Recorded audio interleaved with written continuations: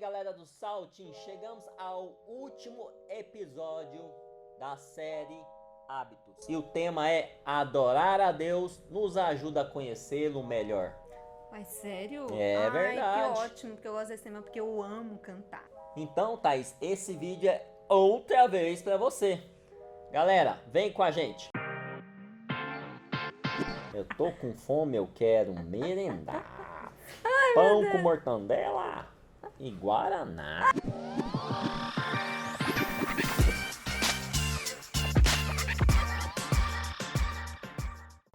E aí, galera do Saltim, durante toda a série nós conversamos, compartilhamos de como nós criarmos hábitos para estar conhecendo melhor a Deus. E hoje nós vamos falar sobre um hábito que é adoração. Não é isso, Thaís? Exatamente.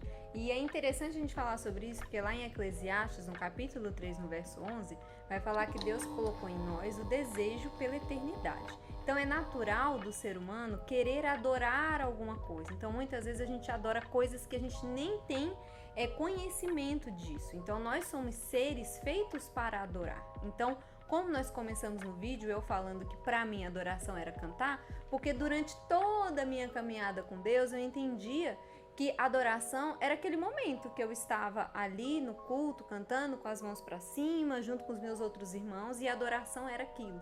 Só que ao conhecer a Deus, ao adquirir esse hábito de ler a Bíblia, de orar, de buscar a Deus, eu entendi que a adoração está muito além daquele momento em que nós cantamos, em que nós estamos em adoração durante o culto. Está muito além daquele momento. Aquele momento também faz parte, mas está para além daquilo.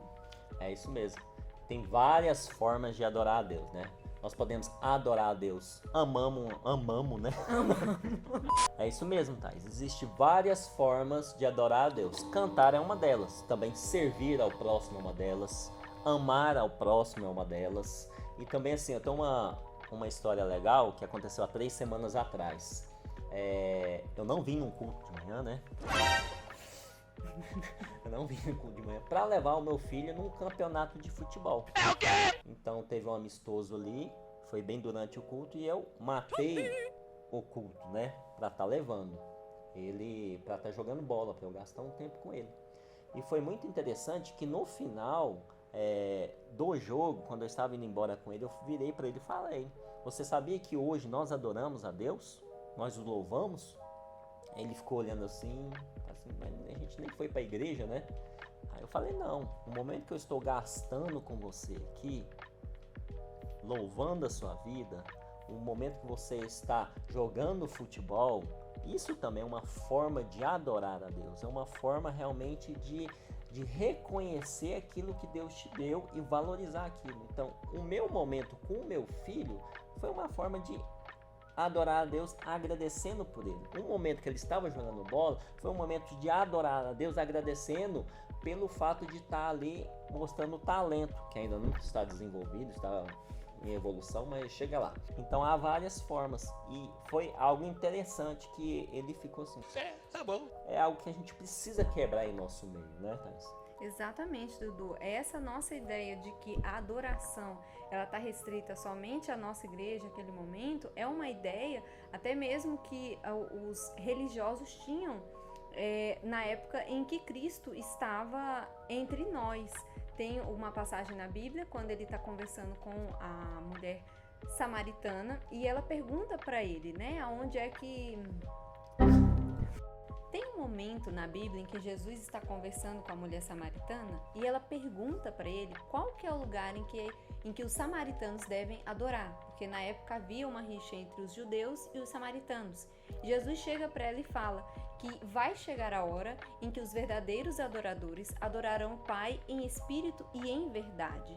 E ela ficou confusa com isso, porque na mente dela e na mente de muitas pessoas da época, a adoração estava restrita apenas ao templo religioso, apenas aquele momento. E quando Cristo vem, ele transforma toda essa situação e deixa claro que a adoração ela é constante. É no nosso levantar, é no abrir dos nossos olhos, é no lavar do nosso rosto, é no nosso conversar, é no nosso andar, no nosso caminhar, é aquilo que a gente pensa, é aquilo que a gente fala, ou seja, tudo o que nós fazemos na nossa vida é uma adoração contínua a Deus. Em todo o tempo, Deus deve ser glorificado por meio das nossas vidas. Até mesmo estudando. Exatamente. Até mesmo quando a gente estuda, até mesmo quando a gente dedica aquelas horas para uma prova. Obedece aos pais.